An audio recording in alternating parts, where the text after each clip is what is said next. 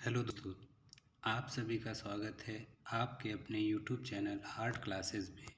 आज का जो टॉपिक है वो है चित्रकला से संबंधित कुछ माध्यम और उनकी विधि। इसका जो फर्स्ट पार्ट है वो पहले ही अपलोड कर दिया गया है, जिसमें कि ब्रश से रिलेटेड, पेंसिल से रिलेटेड और इसके साथ साथ टेम्परा चित्रण और जो चित्र बनाने की तकनीक होती है, जैसे कि शुष्क विधि या आर्द्र विधि, इन सब से संबंधित जितने भी क्वेश्चंस एग्ज़ाम में आ सकते हैं वो सब फर्स्ट पार्ट में अपलोड कर दिया गया है। अब ये सेकेंड पार्ट है। आइए शुरू करते हैं आज की क्लास। जल रंग। जल रंग का सर्वप्रथम खोज कब और कहाँ हुआ? 13वीं सदी इंग्लैंड में। जल रंग की खोज सर्वप्रथम किसने की थी? पॉल सेंट बॉय ने की थी। जल रंग चित्र के लिए किस प्रकार का पेपर प्रयोग होता है? हस्त निर्मित कागज या हैंडमेड पेपर? जल रंग की तकनीक क्या है?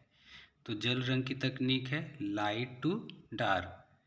जल रंग चित्र की प्रकृति कैसी होती है? जल रंग किस प्रकार का दिखाई देता है? तो वो पारदर्शी या ट्रांसपेरेंट कह लीजिए। जल रंग में हाईलाइट दिखाने के लिए क्या करते हैं?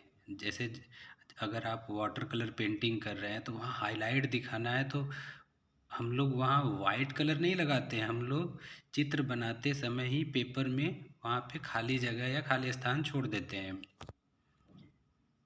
भारत में जल रंग की शुरुआत कौन किया था? तो भारत में जल रंग की शुरुआत कंपनी शैली के कलाकार थॉमस डेनियल और विलियम डेनियल ने की थी।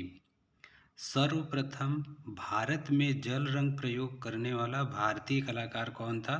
तो अवनींद्रनाथ ठाकुर थे, और इन्हें भारत का चित्रकला का जन्मदाता भी माना जाता है। बंगाल स्कूल ऑफ आर्ट से रिलेटेड है। इन्हीं अवनींद्रनाथ के ही शिष्य जितने भी कला विद्यालय, चाहे वो लखनऊ आर्ट कॉलेज हो, मद्रास आर्ट कॉलेज हो, शांति निकेतन हो, इन्हीं के पढ़ाए हुए शिष्य ही जाके वहाँ पे प्रिंसिपल बनते हैं और चित्रकला का नाम रोशन करते हैं। एग्ज़ाम में इस तरह से क्वेश्चन पूछा जाता है कि कौन सा भारतीय कलाकार है जिसने जल रंग की शुरुआत किया, या विश्व में जल रंग की खोज कब और कहाँ हुई। इस तरह से क्वेश्चंस बार बार पेपर में आते हैं। नेक्स्ट है तैल रंग। तैल रंग की खोज सर्वप्रथम कब और कहाँ हुई? 15वीं शताब्दी, नीदरलैंड, हॉलैंड में जॉन आइक एवं वान आइक बंधु ने की।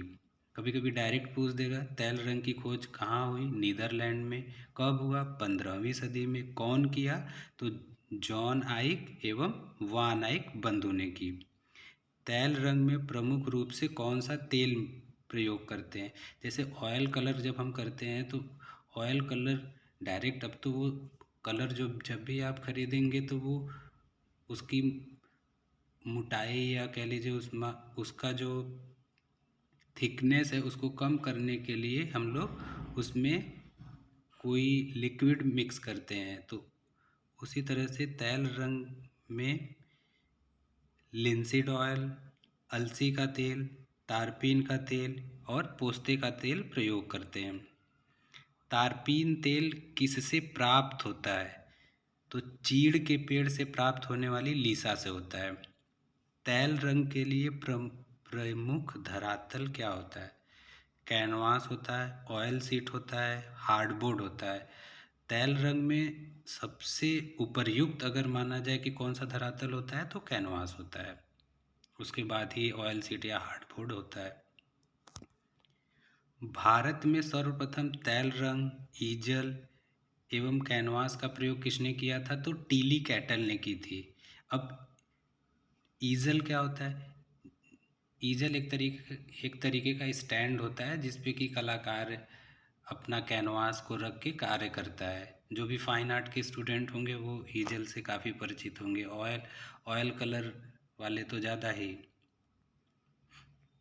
भारत में तैल रंग का सर्वप्रथम प्रयोग करने वाला भारतीय कलाकार, तो राजा रवि वर्मा। भारत में तैल रंग की शुरुआत किसने किया? तो राजा रवि वर्मा ने की थी। तैल रंग को प्रयोग करने की तकनीक क्या है? लाइट टू डार्क है। जैसे वाटर कलर में जस्ट अपोजिट है, लाइट टू डार्क है, और ऑयल कलर में क्या है? डार्क टू लाइट है। तैल रंग की प्रकृति क्या है? अपारदर्शी है, ओपेक है, आर पार दिखाई नहीं देता है। एग्ज़ाम में इस तरह से भी क्वेश्चंस पूछे जाते हैं कि तैल रंग किस तरह का होता है, कैसा दिखाई देता है? तो ओपेक होता है। इस तरह से आपको ध्यान रखना है। नेक्स्ट है एक्रेलिक रंग। एक्रेलिक रंग का सर्वप्रथम शुरुआत कौन किया था? तो इसकी शुरुआत फ्रांस के संडे पेंटर्स द्वारा किया गया था। लेकिन एक्रेलिक रंगों का सफल प्रयोग कौन किया? एग्जाम में ऐसे ज़्यादातर यही पूछता है कि एक्रेलिक रंगों का सफल प्रयोग कौन किया? तो 20वीं सदी में लैटिन ग्रुप के कलाकारों के द्वारा हुआ था, और एग्जाम में ये आता भी है। भारत में एक्रेलिक रंगों का सर्वप्रथम प्रयोग कौन किया? तो सतीश गुजराल किए। सबसे नवीनतम आधुनिक रंग माध्यम में कौन सा रंग माना जाता है? एक्रेलिक रंग।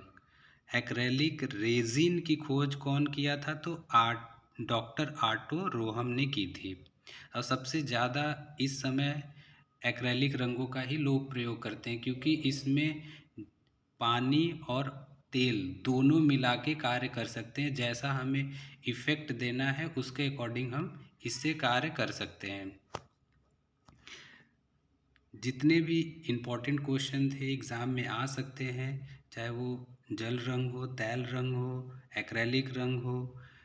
इससे भी पहले जो ब्रश या फिर पेंसिल, टेम्परा चित्र या चित्रकला के जो तकनीक हैं कि शुष्क चित्रण क्या होता है, आर्द्र चित्रण क्या होता है, यानी शुष्क मतलब जो डस्ट पेंटिंग हो गई, या फिर कह लीजिए सूखा चित्र या गीला चित्र, ये क्या होते हैं। इससे जितने भी क्वेश्चंस एग्ज़ाम में बन सकते हैं आपको यहाँ पे मिल गए हैं। तो 1 से 2 बार इस वीडियो को आप देख लीजिए, आपको चीज़ें आसानी से याद हो जाएंगी।